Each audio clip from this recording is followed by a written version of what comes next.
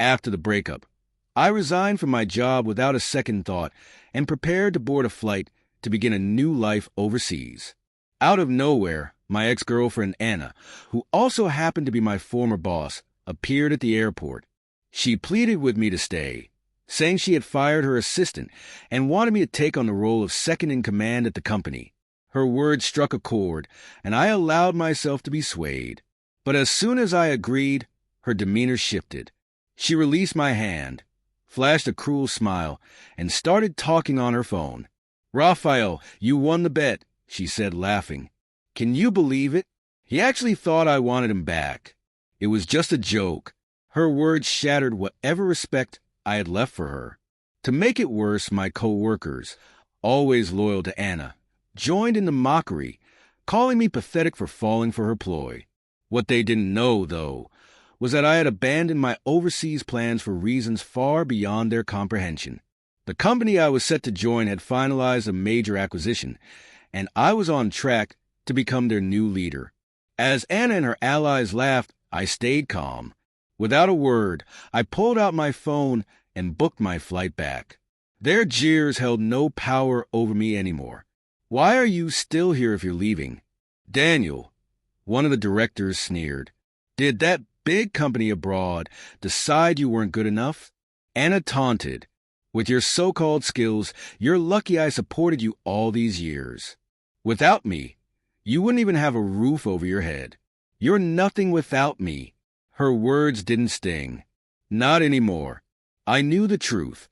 I had been the one to help her build that company from the ground up. I had sacrificed a lucrative job to dedicate myself to her vision, only to be cast aside when she deemed me no longer useful. She promoted Raphael, let me take the blame for his mistakes, and eventually demoted me, slashing my salary. That was my breaking point. Walking away from her in that toxic workplace was liberating, though it wasn't without uncertainty. But I had skills and a clear vision for my future. When I received an offer to become the CEO of a global tech firm, I accepted without hesitation. I poured myself into the role, and in just a few months, I transformed the company into an industry leader. Profit soared, and so did my reputation. While I thrived, Anna became nothing more than a bitter memory. The humiliation she inflicted fueled a quiet determination in me. Eventually, my company expanded into her home country, and I saw an opportunity, not for revenge, but to make a statement. Her company was the perfect candidate for a strategic partnership, and I approached its owner with a lucrative investment offer. There was just one condition. Anna had to step down as CEO. The owner was hesitant at first, but couldn't resist the scale of the deal. Anna, oblivious to my involvement, thought the partnership would elevate her career. When the final meeting arrived, I attended in person. The look on her face when I walked in was priceless. She tried to mask her shock, but her confidence faltered. I addressed the room with professionalism, never acknowledging our history. When the discussion turned to terms, I stated firmly, for this partnership to move forward, a change in leadership is required. It's not personal, just a matter of strategic alignment. The room fell silent. Anna protested, but the owner, recognizing the value of the deal, sided with me. Within weeks, Anna was replaced. Her arrogance and the toxic environment she had fostered left her without any defenders. For me, this wasn't about revenge. It was a reminder that actions have consequences. No one can trample on others without facing repercussions. From that point on, I focused on moving forward, valuing myself above all else. Months later, as my company continued to flourish, I heard that Anna and Raphael were spreading rumors, claiming my success was sheer luck. I ignored them until they tried to humiliate me at a prestigious gala, where I was the keynote speaker. When I arrived, I noticed Anna and Raphael in a corner, smirking and whispering to others while glancing in my direction. Their petty behavior didn't faze me. It only fueled my resolve.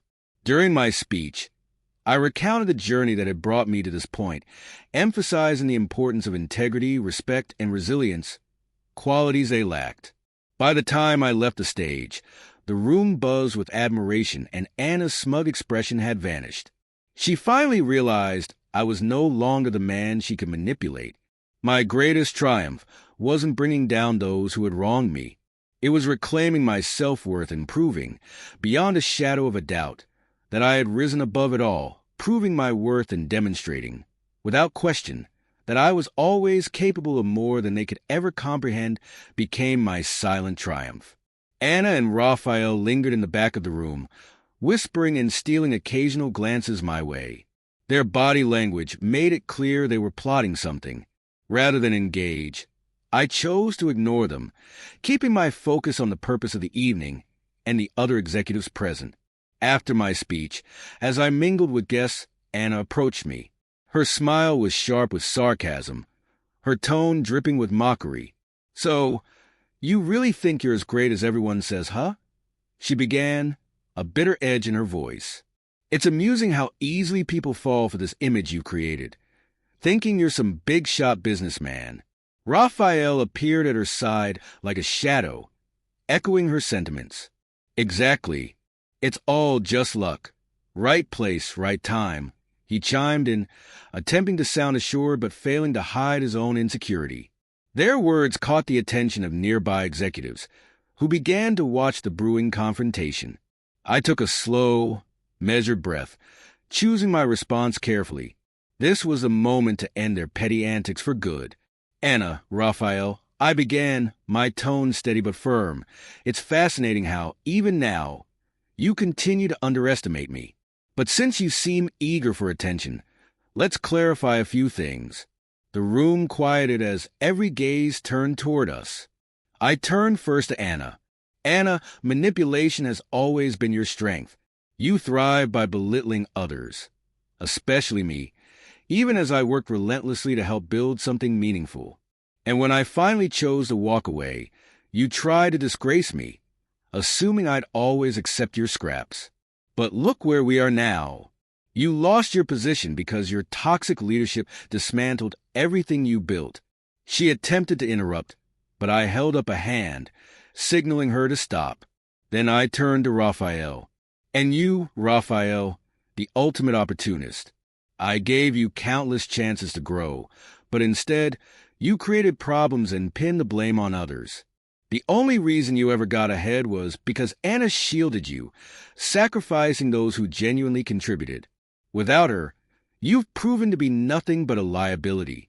I then addressed the gathered executives, raising my voice just enough to command attention. These two represent the type of people who cling to the past and try to undermine the success of others to hide their own failures. But in an industry that values innovation and integrity, they have no place. Finally, I turned back to Anna and Raphael. This event is for professionals who contribute to progress, not for those who create chaos. It's time for you both to leave. I gestured to the security team, who promptly approached. "Please escort them out," I said calmly. Anna protested, but her words held no weight. Raphael, unable to meet anyone's gaze, followed the guards silently. The murmurs of approval and nods in the room left no doubt. I had handled the situation with grace and strength. As they were removed, I felt a deep sense of fulfillment, not because of vengeance, but because I had shown resilience and integrity. That evening, I continued engaging with the guests, feeling more confident than ever.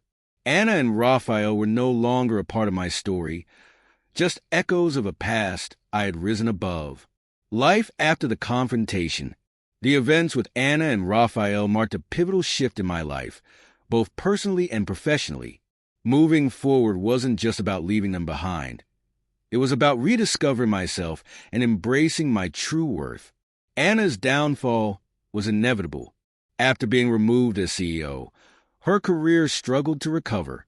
Her manipulative nature and toxic behavior followed her like a shadow, and in the corporate world, reputation spread quickly. Former allies distanced themselves, unwilling to risk their own standing. Eventually, Anna accepted positions far beneath her previous stature, but her time in the spotlight was over. Raphael's collapse came even faster. Without Anna's protection, his incompetence and unprofessional conduct were exposed. He was dismissed from multiple roles and, after failing to succeed in other industries, was forced to settle for insignificant, mediocre jobs. His ambitions became nothing more than a distant dream. Meanwhile, my life flourished. My company grew at an unprecedented rate, expanding into new markets and cementing its reputation as an industry leader. Invitations to speak at global conferences and collaborate with top executives became the norm.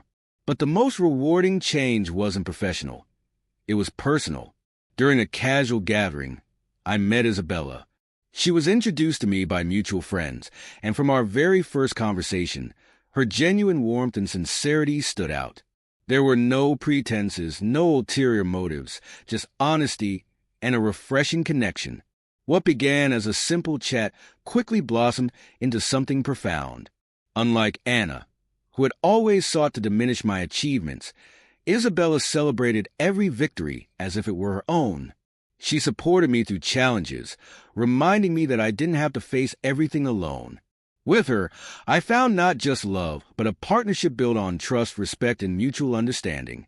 Today, 2 years into our relationship, I can confidently say I've never been happier.